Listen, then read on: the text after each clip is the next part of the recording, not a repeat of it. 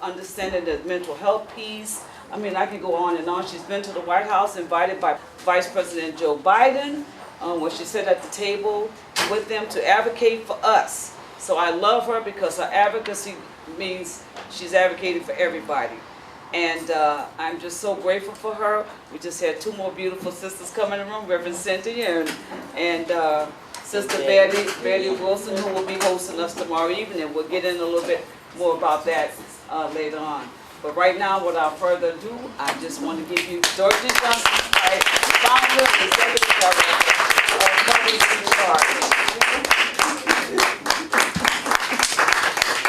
Good evening, everyone. Good evening. It is such a pleasure and an honor to be here with you this evening. I want to thank Maddie for all that she does on the West Coast Bay Area. I want to thank Sherry for hosting us this evening. It's just amazing to me how all of this has grown.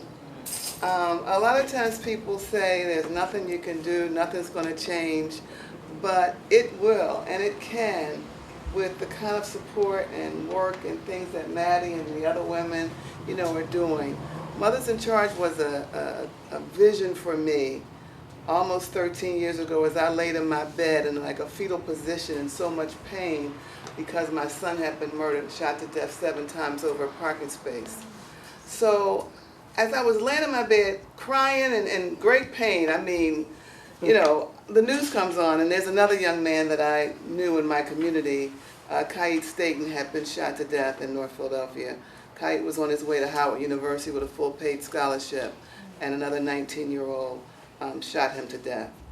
And I said, man, I just can't take it. It's just too much. What can I do? And I kind of dozed off, I think. I didn't go to sleep. I don't think I was dreaming. I think it was more of a vision that said, get up. You've got to do something.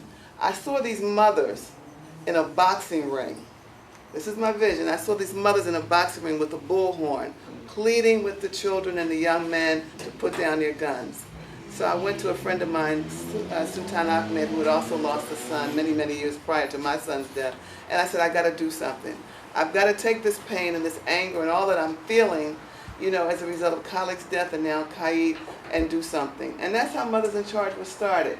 We started in a small church in North Philadelphia on a Saturday morning in May.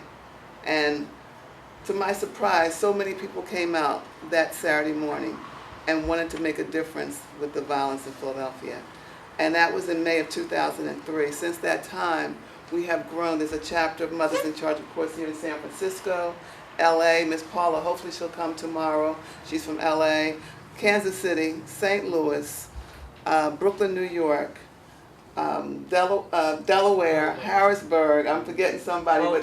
Baltimore. We are now joining forces with mothers across this country because it's not just a problem in Berkeley or in Philadelphia. It's a national problem. And it's going to take a national effort to really have an impact and make a difference. And I know that mothers can get things done. Don't y'all agree? Yes. I mean, mothers can get it done.